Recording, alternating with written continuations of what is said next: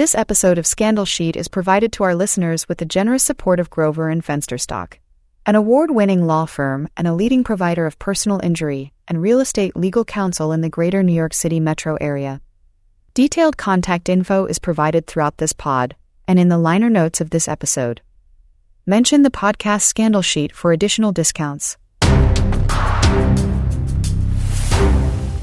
September 1st, 1982. Director and producer Roger Corman appears on David Letterman's late-night talk show. Excerpt courtesy NBC, Carson Entertainment Group, and Worldwide Pants Incorporated.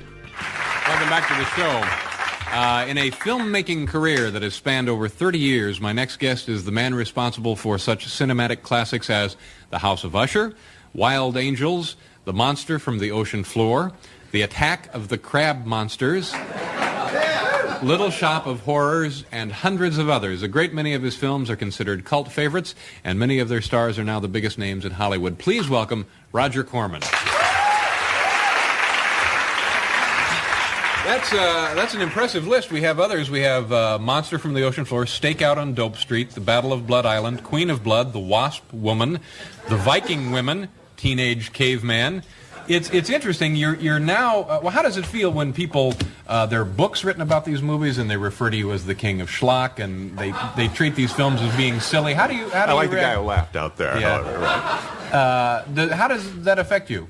Well, I kind of like the books. That's very nice, and a certain amount of lecturing goes with it. It's the feeling that maybe I'm becoming an elder statesman that I'm not so totally pleased with, however. And earlier I mentioned that we could use this title and shoot a film after the show. You actually did that kind of schedule of shooting films, didn't you? Pretty quickly. Yes, most of the films, the ones you're referring to, are the earlier ones. I was shooting on schedules of anywhere from 5 to 10 days and budgets of anywhere from $50,000 to $100,000. The big time. 5 to 10 days? Right. What's the least amount of shooting you had for a movie? Well, there was a picture called The Little Shop of Horrors that I shot in 2 days and a night, and there's a musical off-Broadway based upon it playing now. And who was this the one that Jack Nicholson was in? Yes, right. Most of these films actually did really well at the box office, didn't they? Yes, most of them did very well, as a matter of fact. And who were some of the other people besides Jack Nicholson? This must be an endless list, who you used and later surfaced as huge worldwide stars. Well, let me see. Of the actors, there was Bobby DeNiro, Peter Fonda, Bruce Dern, a number of others. The names escape me. A number of directors also. Francis Coppola, Marty Scorsese, Irv Kershner, Peter Bogdanovich. Now, these were made very cheaply, weren't they? Now, why? I mean, I suppose if you had a choice, you'd rather have a bigger budget, but why did you make so many inexpensive films? Well, for one thing, I didn't have very much money, and I was financing some of the films myself, and also I did a lot of films for American International Pictures, which was a small company at the time, and they didn't have too much money either, so it was kind of forced upon us. It sounds dangerous, but I'm also guessing it was a lot of fun, wasn't it? Yes, it was. It was very stimulating, a little nerve-wracking occasionally. True crime. Sex. Political conspiracy. Celebrity gossip. Murder. UFOs. Crooked officials. The occult. Assassination. Courtroom drama. Rape.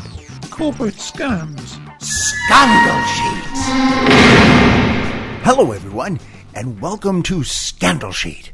My name is Thad Helsley, the original Podfather.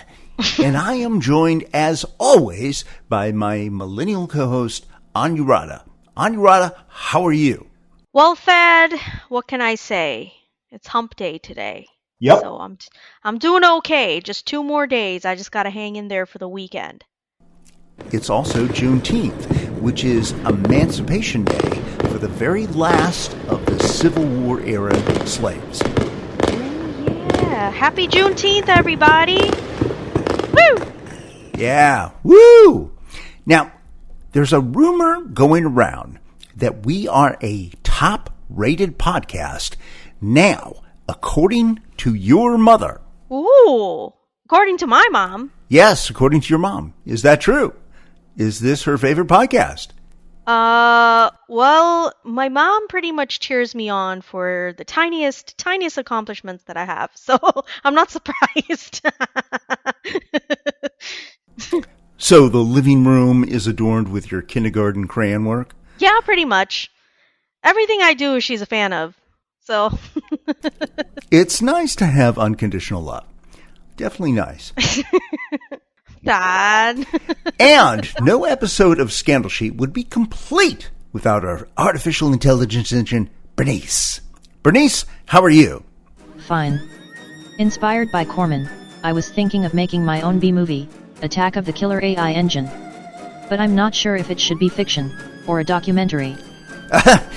Well, that sounds like an interesting and timely premise, Bernice. Good luck with that.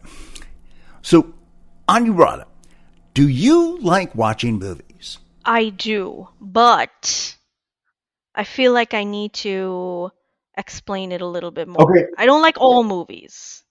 So if you come to me with some boring ass The World is Ending movie, I'm probably not going to watch it. If you come to me with some like just all action movie, I'm probably not going to watch it. I like rom-coms. I will watch rom-coms. As long as they're not trying too hard to be funny. Yeah, so the answer is yes, I do watch movies, but I am pretty picky. Okay, well, let me just throw out a few titles. I don't know if they fall into the categories you like or not. I just wanted to see if you heard of them.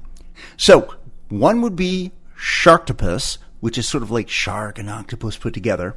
The other would be Teenage Caveman. Also, Bucket of Blood. And then a threefer, Slumber Party Massacre. And then Slumber Party Massacre Part 2 and Part 3. So those were all big hits. And then, of course, who could forget the Attack of the 50-Foot Cheerleader? Any of those ring your bell? Well, Thad, are these movies you made? Be honest. I wish I had. I'd be a millionaire now.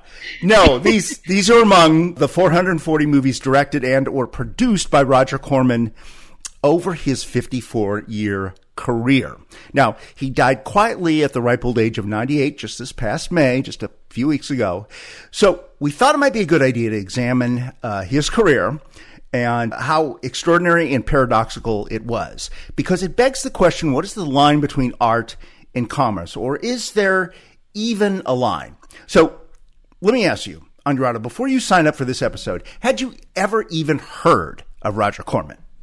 I can't say I have. Okay. No. Well, that's perfect because that's the name of our episode, The Greatest Filmmaker You Never Heard of. So I don't think, Who the hell is Roger Corman? So despite, making, $1 billion and making all these hundreds and hundreds of movies, he really is kind of an unknown. So I don't think you are alone, but it may very well be that Corman is the most influential filmmaker that ever lived. So let's explore this premise in this episode. Bernice, can you tell us a little bit more about Mr. Corman's career? Roger William Corman, born April 5, 1926, was an American film director, producer, and actor. Known under various monikers such as the Pope of Pop Cinema, the spiritual godfather of the New Hollywood, and the King of the Bees, he was known as a trailblazer in the world of independent film. Among the hundreds of features directed by Corman, a great deal were low-budget films that later attracted a cult following, such as The Little Shop of Horrors and Death Race 2000. In addition to low-budget movies, he imported and distributed numerous prestige foreign films that American audiences would never have seen. Corman was born in Detroit, Michigan. Corman went to Beverly Hills High School and then earned a degree at Stanford University in industrial engineering. He quickly realized he did not like engineering and found work at 20th Century Fox as a messenger in the mailroom, earning $32.50 per week. With the old Hollywood studio system collapsing around him, he left Fox to make his own pictures under the label New World Pictures. He continued to work full-time until the age of 82. Are you impressed, Anurada? Well, I'm impressed with the fact that he could come up with Attack of the 50-Foot Cheerleader and make money off that shit. Hey, when you say shit, you mean it in a nice way, right? Well, it's interesting because I feel like nowadays the standards are so much higher. And back then it's like, like Slumber Party Massacre, which by the way, I feel like that's one of those movies where those stupid teenagers you get like a bunch of like horny teenagers and then they're doing like stupid shit and then people start killing them. Yeah. You know those movies that's like, it's always like every like token movie, like some creepy ass teenagers, oh my god, let's go here and hook up. And the next thing you know, like while they're hooking up, they start getting like killed and shit. I feel like that's one of those movies. But it probably is, you know, and the girls in the 50s and 60s always wore those really pointy bras, which was kind of weird. But so I guess they were not into Victoria's Secret at that point. It was like everything had to be a triangle. You know, whatever. So Illuminati. Exactly. I kid. There you go. So no, did you have something else to add? Oh, I was just gonna say, I mean, it's impressive. It's impressive. It would be interesting to have seen, you know, how he was as an engineer versus, you know, movie making. But cool. No, the guy sounds like a very ambitious fella who had an idea and went with it, and somehow it worked. Okay, there you go. There we go. So, before we jump into a deeper examination of Roger Corman's life, I wanted to bring on a regular guest of the pod, New York City's multi-year super lawyer, David Grover from the firm of Grover and Fensterstock. David has appeared here as part of the Metz mob for years, but has also served as sort of an in-house legal counsel where we've done episodes on criminal cases or our annual Supreme Court decisions review. So welcome back to the pod, David. Hello to both of you. Happy to be here. Always enjoy appearing on this pod. Always enjoy listening to this pod. And always enjoy the interesting topics that this pod always manages to come up with. Well, David, we have no crimes, but for you folks out there, if you did or did not do a crime and you don't want to do the time, contact David. But anyways, David, we have no crimes on our docket today, but we do have a famous Supreme Court decision that was very important to the subject of this episode, Roger Corman. The name of the case was United States versus Paramount Pictures. Bernice, can you tell us a little bit about this case? Yes. United States vs. Paramount Pictures was a 1948 landmark United States Supreme Court antitrust case that decided the fate of film studios owning their own theaters and holding exclusivity rights on which theaters would show their movies. It would also change the way Hollywood movies were produced, distributed, and exhibited. The decision created the Paramount Decree, a standard held by the United States Department of Justice that prevented film production companies from owning exhibition companies. The case is important both in American antitrust law and film history. In the former, it remains a landmark decision in vertical integration cases. In the latter, it is responsible for putting an end to the old Hollywood studio system. It also opened the door for more foreign and independent films to be shown in the United States theaters. So, I don't want to get too in the weeds on a case that dragged on for 10 years, but do you feel this Wikipedia explanation was a fair assessment? Yeah, I think so. Look, Wikipedia usually covers things pretty well.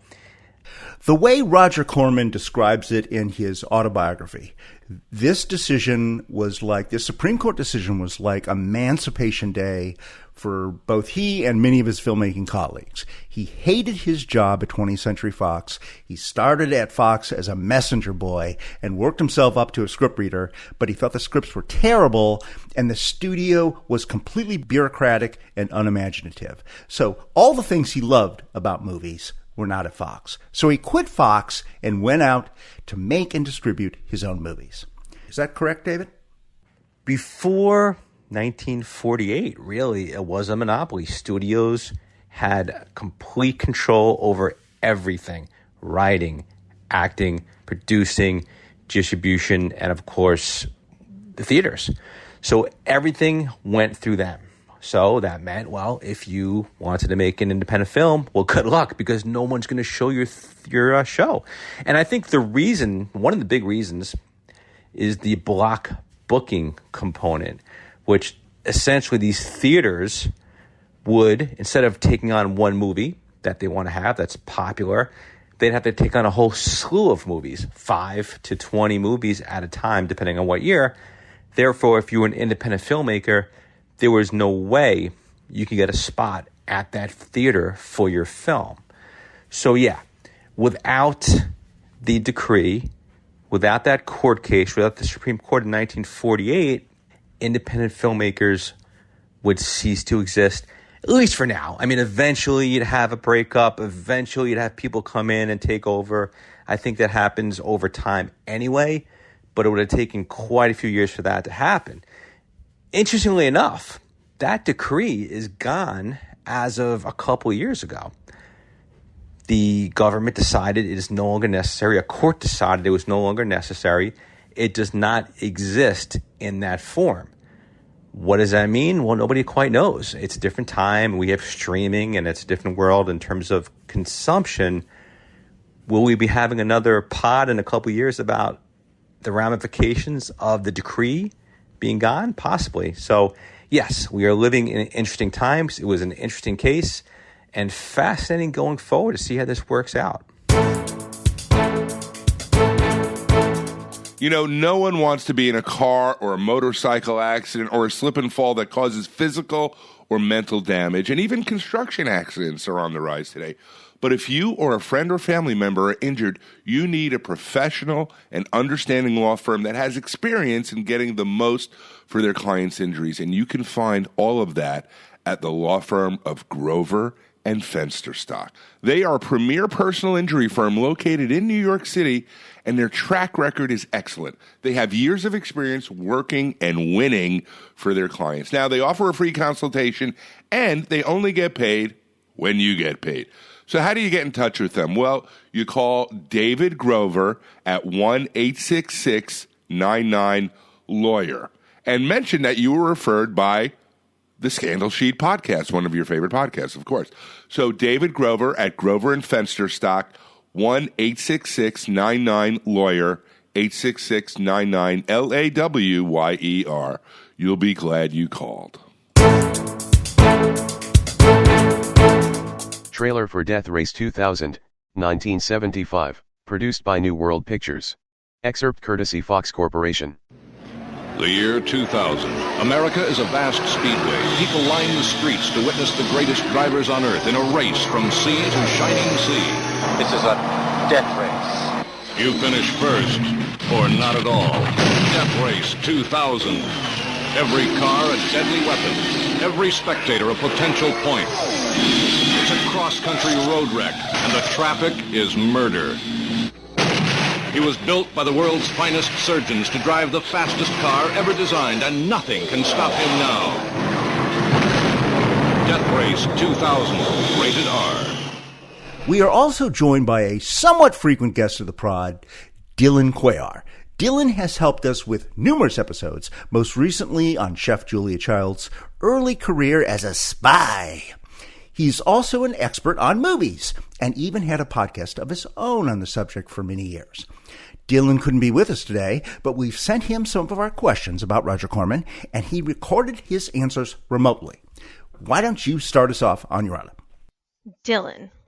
Okay, so Roger Corman was often referred to as the King of Schlock, but he also made artistic films that are highly regarded decades later.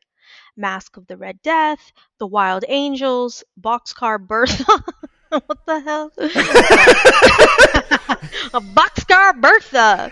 That was one of his prestige titles, basically. Believe it or not. Martin Scorsese's directorial debut, and there are numerous others. It seems a little contradictory that a guy that made mostly ultra-low-budget schlock could also make an art film. What do you think, Dylan? I don't think it'd be weird to say that someone that makes sort of low-budget schlock couldn't also make an art film. I think you can see that, you know, even back in the day with Dickens or something, Dickens was kind of seen as sort of schlock, or like genre's always been present, that in quite, it's not uncommon for this sort of genre mentality to come back around and be seen as something that is very artistic in a way. I think that schlock and art is quite closer than most people would expect in some ways.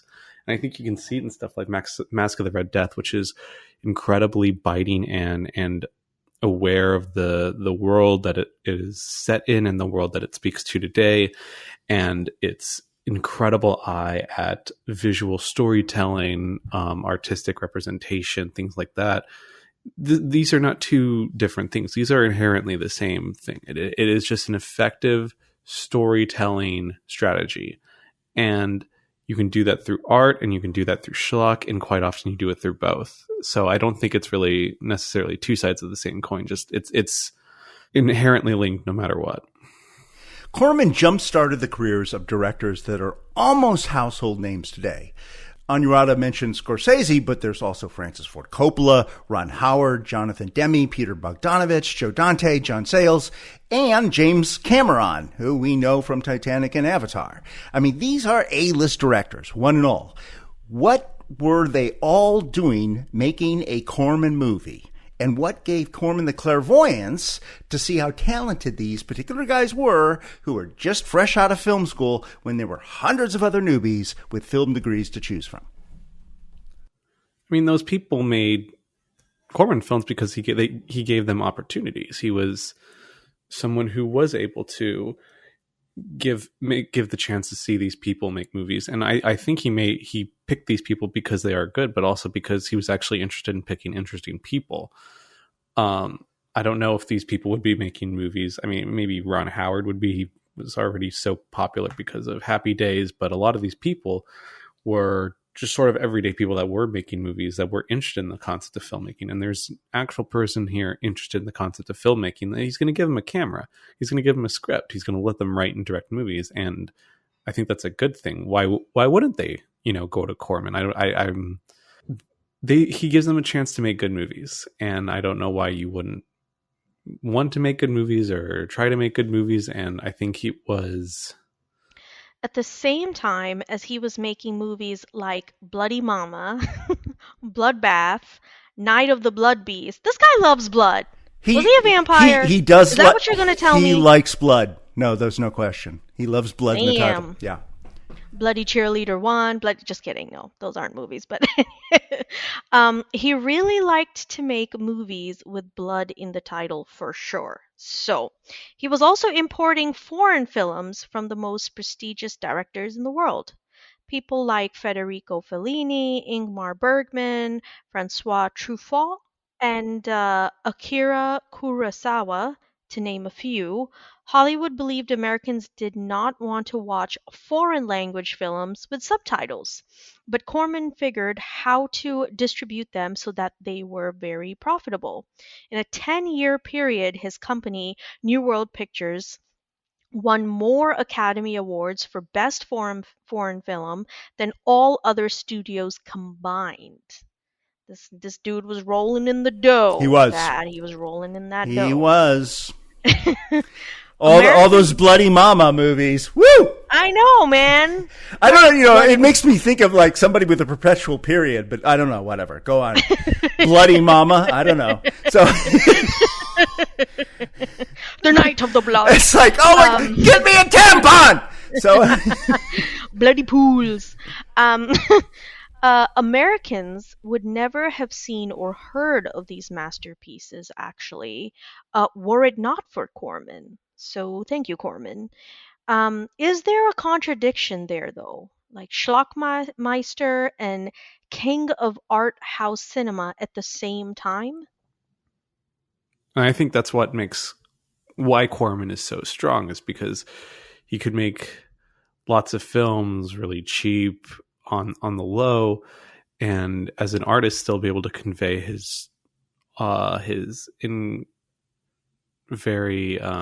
artistic lens at things in very interesting ways still, even in that sort of situation that's set up. Between 1960 and 1964, Corman made 8 pictures that were all derived from Edgar Allan Poe horror short stories. all but one starred Vincent Price in the leading role. Now, these titles were a huge departure from his recent pictures like Attack of the Crab Monsters and Sorority Girl. I mean, this was almost prestige material. I mean, sort of the Game of Thrones of its time. But not the last season. I hope. I hope we're not talking about the last. Well, it's medieval kind of stuff. Okay, I was just meaning it, and then a lot of it was marketed to teenagers for its sex and violence. So why the sudden left turn in subject matter? I mean, did he just have a premonition that goth was going to be in the 60s? Or what does it tell us about Corman's arc in general? I don't think he has a premonition on necessarily goth, but the idea of sex and violence is something that had been rising, and I think has always been rising in culture in many ways, up until maybe now, when things like sex and violence are maybe more accepted but less interested in being put on screen to some degree or another. But I think Corman's just a next part in evolution of people portraying sex and violence in a way that feels surprising, exciting, interesting, artistic. Do I have any other observations I want to share about him? I'm not sure, but I know people sometimes say people are in the right place at the right time, and I think that might not really apply to Corman, but I think that's because Corman was the right person for the time that they needed someone like Corman to come around. He's almost the instigator here rather than it being the right time or place. He just is insipid and interesting, and we need more people like Corman. I'm just glad people like Corman exist. I hope more people like Corman exist, even though I think it's getting harder and harder for people like Corman to exist. So I'm glad he pops up in and out of history, or the concept of him. Dylan, do you have any personal observations on Corman you would like to share that we haven't talked about? I think if you really appreciate film, you've probably ran into Roger Corman in some ways, even if you don't know his name. He's made many popular films that I think people still are interested in consuming nowadays, even if they just consume it as schlock and don't see it as for entertainment. Film has had a relatively short history, but it has had a very dense history, and I don't really care if people I don't really know if it's important that people remember the name of Roger Corman. I'm just glad that he's made movies. He's giving chance for the other people to make movies that might not have gotten that chance otherwise. And I think it's important to just appreciate or just learn about Roger Corman and go explore his films and his not just his films, but the ones he's been able to introduce to the world, people he's been able to get a leg up. All right, Dylan, is there anything you would shamelessly like to plug? And I have a podcast called Unburied Books. If you want to check it out, we read books in the NYRB Classic series. Quite a lot of schlocky books. Some might say we just read a book by a French writer named Jean-Patrick Manchette called Skeletons in the Closet, which is basically just a hard-boiled detective novel. And once again, these are things that might be seen as schlock, but when you actually dig into it and are open to the idea of that, you can see that in many ways it's quite artistic too. So I find that quite exciting. Thank you.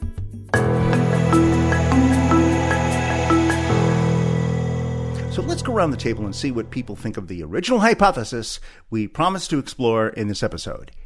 Is Roger Corman the greatest filmmaker you never heard of, and maybe also the most influential in the relatively short history of cinema? Thad, the vampire in me really likes all the bloody movies, so maybe with that. Are there Indian vampires? Is there a tradition of South Asian vampires? You know what? That would be something very interesting to explore. I don't think so. Okay, because we sort of kind of peg it, since I'm from Transylvania, or my family's from Transylvania, it's sort of pegged to that part of Eastern Europe, werewolves and vampires. For whatever reason, those legends originate there. But So then you probably love him. Old and bloody movies. I haven't seen all 440 of them. I've seen a few. Dad. I saw the original Little Shop of Horrors. I saw, Death Race 2000. I saw a bunch of them, but, I never saw Attack of the Crab Monsters. Well, now you have homework for this weekend. I do. Yeah, let me know how I'm gonna call the CEO of Netflix and say, okay, we need to open the vault on this one. To be honest, I haven't seen any of his movies. I know that sounds not one. No, I mean, did you look at the whole list? You probably saw one and you just didn't realize it. It was probably one of those movies I was telling you about earlier where I was like, oh, hell no, I'm not going to watch this. It was probably one of those. Like, there's certain movies where I'm just like, I don't want to watch it. Except that one movie recently. What was that? Mega Shark or Megatron or... Sharktopia? It's the one with Dwight Schrute from The Office. He's in that movie. Well... He retired in 2008, so he probably didn't. I mean, Corman retired in 2008 at the age of 82, so he probably didn't make that one. Oh, no, he didn't. I don't know who made that okay. one. But it was about a really, really, really big shark. So that was, uncharacteristic of me to watch that one. But basically, long story short, I don't know if I can truly say he was the greatest filmmaker because I never saw his movies. But maybe I will watch one of those random movies and let you know. Well, what about the filmmakers that he gave their first start to? Have you seen Titanic or Avatar or any Francis Ford Coppola movie like the Godfather movies? I loved Avatar. Okay. I loved Avatar. I do have to say, for some odd reason, it was very strangely sexual. Okay. Didn't you think it was? It's been so long since I saw the first one and I didn't see the second one. There is a love story in there, right? Isn't the guy in the wheelchair transformed into one of the people on the planet's surface? Yeah, the first one was strangely sexual. I was like, damn, man, they really look like they're naked. So, I mean, Avatar I thought was decent. I'm probably gonna go ahead and be the minority here, and I hope that our lovely viewers still love us and me, and we don't get any hate mail, but I did not like Titanic. Oh dear, you shouldn't have said that. I may have to cut that out. Yeah, no, Titanic was I was not a fan. Far wherever you are. Oh my God! She could have moved over. Damn it, move over. You could have moved over on the raft. But no, you didn't. True. You'd think it could hold two people. Yeah. That's what I'm saying, man. She could have, you know what I mean? Or if she really loved him, she would have got off the ramp too. And they could both be together in eternity. And she could have blown that whistle a lot harder if she had not been a smoker. Remember she's just trying to blow and it's just barely coming out. It's you shouldn't have been smoking all those cigarettes during lunch. You know what? That's what I'm telling you. You weren't thinking, well, I need to blow a whistle in the middle of a freezing North Atlantic Ocean. So or maybe it was all those tight ass corsets she was wearing under the that dresses. Could be that. Yeah. Cut her lung capacity. That could be it. That could be it. Although when they had sex, I thought maybe she loosened those up a little bit, but I don't know. When he did the sketch, right? So. Oh yeah. You know what? I was not allowed to see that scene when I was little. Ah, okay. Conservative Indian family. I see. Yeah. Still haven't seen it, by the way. Well, then how do you know? But you don't I do like see it? parodies of dogs painting each other. It's the same scene, but it's dogs. Okay. Well, that's sort of like that. Where is this going? That painting that I always see where all these dogs are playing poker. No matter what art gallery I go to, they always have one of these. The dogs playing poker. So I don't know. Anyways, yeah, where is this going? It's been a long day. It's been a long day. Excuse me. And we are at the end. So we will we'll just cut things off now. Please follow or subscribe to Scandal Sheet on your favorite pod platform and share it with all your friends. And we recently launched on Patreon, where you can enjoy premium bonus content and help to support us for less than the price of a cup of coffee at Starbucks. It's really simple to find us. Just go to patreon.com/scandalsheet. That's patreon.com/scandalsheet. Or do it the easy way and just look at the link in the liner notes. We'd also love it if you'd leave us a shameless, over-the-top rave review on Apple Podcasts especially. That helps us build audience. Also, we want to hear from you! You can reach us online at Facebook or X, formerly Twitter, LinkedIn, or TikTok. Or just send us an email to scandalsheetpod@gmail.com. See you next time on Scandal Sheet! Copyright 2024. Thad Halsley Media, LLC. All rights reserved.